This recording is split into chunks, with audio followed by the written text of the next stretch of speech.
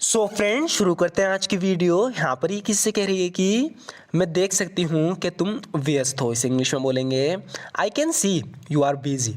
I can see you are busy, मैं देख सकती हूँ कि तुम व्यस्त हो, इसलिए मैं सीधा मुद्दे पर आती हूँ। So I will get right to the point. So I will get right to the point, इसलिए मैं सीधा मुद्दे पर आती हूँ। तो किसी से कोई बात करना चाह रही है तो उसे बिजी देखकर घुमा फिरा के बात नहीं करना चाह रही, कह रही है कि I can see you are busy, मैं देख सकती हूँ तुम व्यस्त हो। So I will get right to the point, इसलिए मैं सीधा मुद्दे पर आती हूँ। हम यहाँ हैं, इसका हम किसी को पता नहीं लगने दे सकते। कह रही है कि किसी को पता लग गया तो हम खतरे में पड़ जाएंगे, इसलिए कह रही है कि we can't let anybody know we are here, यानी हम यहाँ हैं, इसका हम किसी को पता नहीं लगने दे सकते। We can't let anybody know we are here. We can't let anybody know we are here, हम यहाँ हैं, इसका हम किसी को पता नहीं लगने दे सकते। अगर किसी ने हमें यहाँ बैठे हुए देख लिया, इस तरीके से हम हिंदी में बहुत यूज़ करते हैं। इंग्लिश में बोलेंगे if someone sees us sitting hair. If someone sees us sitting hair, तो यहाँ पर सी में ऐसा आएगा, ध्यान से, यहाँ पे थोड़ी मिस्टेक हो गई है typing.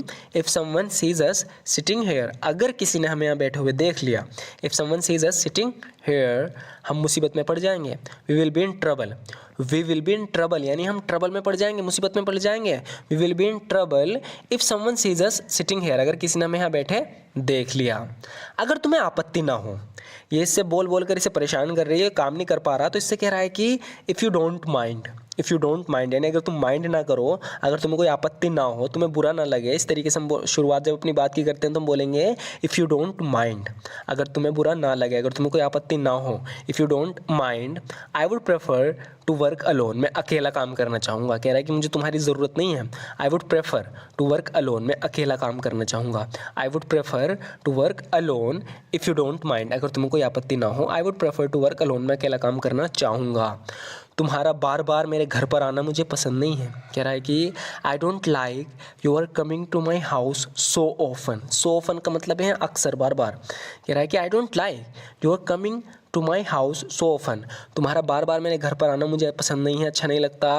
I don't like you are coming here to my house so often, मुझे ये पसंद नहीं है कि जब तुम्हारा मन करे तुम यहाँ आ जाओ। कह रहा है कि I don't like you coming here any time you feel like it. Any time you feel like it यानी जब कभी भी तुम्हारा मन करे। आई don't like you coming here any time you feel like it, मुझे पसंद नहीं है कि जब तुम्हारा मन करे तुम यहाँ आ जाओ। आई don't like you coming here any time you feel like it, जब भी तुम्हारा मन करता है तुम आ जाती हो। इस तरीके से हम बोलेंगे you just turn up. Turn up मतलब आ जाती हो, एकदम दिख जाती हो। Just turn up when you feel like it. When you feel like it यानी जब भी तुम्हारा मन करता है। You just turn up when you feel like it, जब भी तुम्हारा मन करता है तुम आ जाती हो। You just turn up when you feel like it.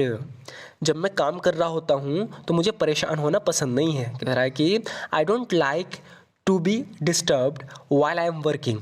I don't like to be disturbed while I am working, ये बहुत ज़्यादा यूजफुल सेंटेंस है, इनका बहुत यूज़ होता है, तो इन्हें ध्यान से देखना, हो सके तो इन्हें याद कर लेना ताकि आप इजीली बोल पाओ। तो यहाँ पर ये कह रहा है कि I don't like to be disturbed while I am working, मुझे जब मैं काम कर रहा होता हूँ ना तो मुझे परेशान होना पसंद नहीं, डिस्टर्ब होना पसंद नहीं है। I don't like to be disturbed while I am working, जब मैं काम कर रहा होता हूँ तो मुझसे बात मत किया करो।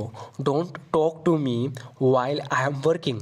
Don't talk to me while I am working, यानी जब मैं काम कर रहा होता हूँ ना तो मुझसे बात मत किया करो। Don't talk to me while I am working, मुझे तुम्हें कितनी बार बताना पड़ेगा।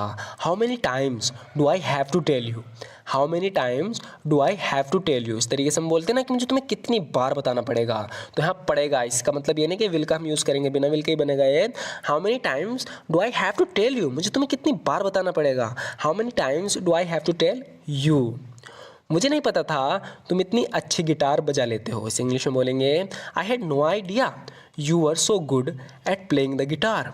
आई हैड नो आइडिया यानी मुझे ऐसा कोई आइडिया नहीं था। You are so good at playing the guitar, देखो जब भी कोई अच्छा खाना बनाता है, अच्छा डांस करता है, अच्छा गाना गाता है या अच्छी गिटार बजा लेता है तो हम इस तरीके से कहते हैं कि यार मुझे नहीं पता था तुम इतने अच्छे हो। या कोई अच्छे से फ्रेंच लैंग्वेज बोल रहा है, हम कह रहे हैं यार हमें तो कोई आइडिया नहीं था, तुम इतनी अच्छी फ्रेंच बोल लेते हो। तो इसकी शुरुआत हम ऐसे ही करेंगे, I had no idea.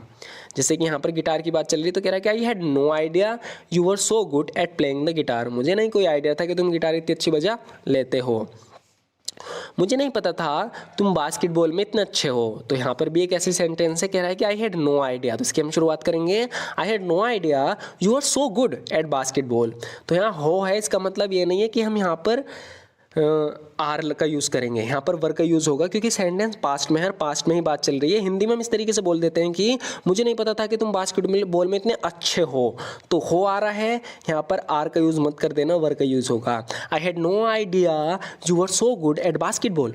I had no idea you are so good at basketball. मुझे कोई ऐसा आइडिया नहीं था, मुझे कोई अंदाज़ा नहीं था, मुझे नहीं पता था कि तुम बास्केटबॉल में इतने अच्छे हो। या हम इस तरीके से किससे कह सकते हैं कि मुझे नहीं पता था तुम फ्रेंच बोल सकते हो। I had no idea you could speak French. I had no idea you could speak French, यानी मुझे नहीं पता था, मुझे कोई आइडिया नहीं था कि तुम फ्रेंच बोल सकते हो।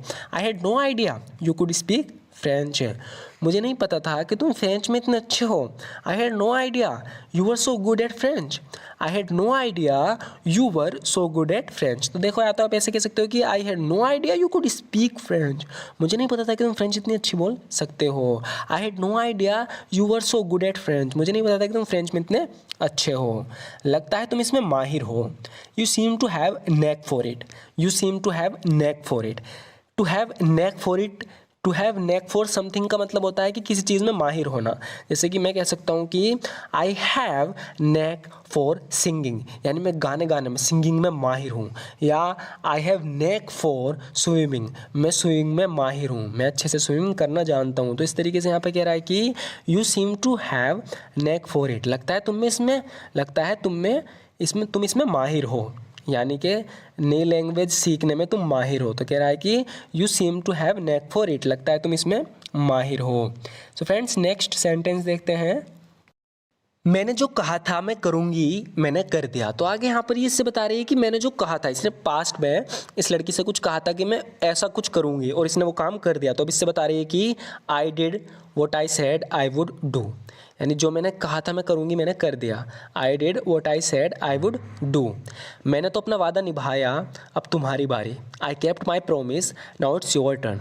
आई केप्ट माई प्रोमिस, तो जब भी हम कहते हैं मैंने वादा निभा दिया तो हम बोलेंगे आई केप्ट माई प्रोमिस। या हम किससे कह रहे हैं कि मैं ये वादा निभाऊंगा तो हम बोलेंगे I will keep this promise, या I will keep my promise, मैं अपना वादा निभाऊंगा। I will keep my promise, तो वादा निभाने के लिए हम कीप का यूज़ करते हैं, लेकिन इसने वादा निभा दिया तो यहाँ पर कीप की जगह केप्ट हो जाएगा क्योंकि पास्ट में बात चली गई। आई केप्ट माई प्रोमिस, मैंने अपना वादा निभाया। नाउ इट्स योर टर्न, अब तुम्हारी बारी है। I kept my promise, now it's your turn. ये दुनिया अच्छी नहीं है, the world is not fair, ये दुनिया अच्छी नहीं है, ये फेयर नहीं है दुनिया। हाँ, लोग सही नहीं है, कहना चाह रहा है कि the world is not fair, ये दुनिया अच्छी नहीं है। यहाँ सिर्फ उन्हीं की इज्जत होती है जिनके पास पैसा होता है। Only those who have money are respected here. Only those who have money are respected here, यहाँ सिर्फ उन्हीं की इज्जत होती है जिनके पास पैसा होता है।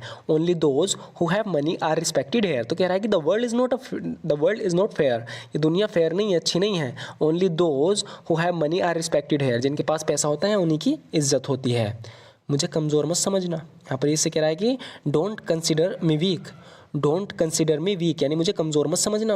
डोंट कंसिडर मी वीक, मैं बस आपकी बहुत इज्जत करता हूँ sir. I just respect you a lot sir.